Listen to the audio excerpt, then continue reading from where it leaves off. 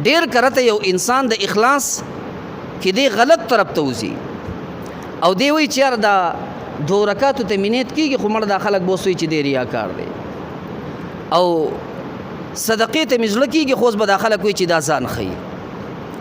نو فضیل ابن عیاض رحم الله فرمایي ګور یاد ساته ترک العمل من اجل الناس رياء ریا لګ او پیجنا د خلکو د وجنه عمل پرې خودل چې د خلک بوسوي چې دا ریاکار دی یا دسی د خلکو د وجنه عمل پرې خودل دا ریا ده ګوري.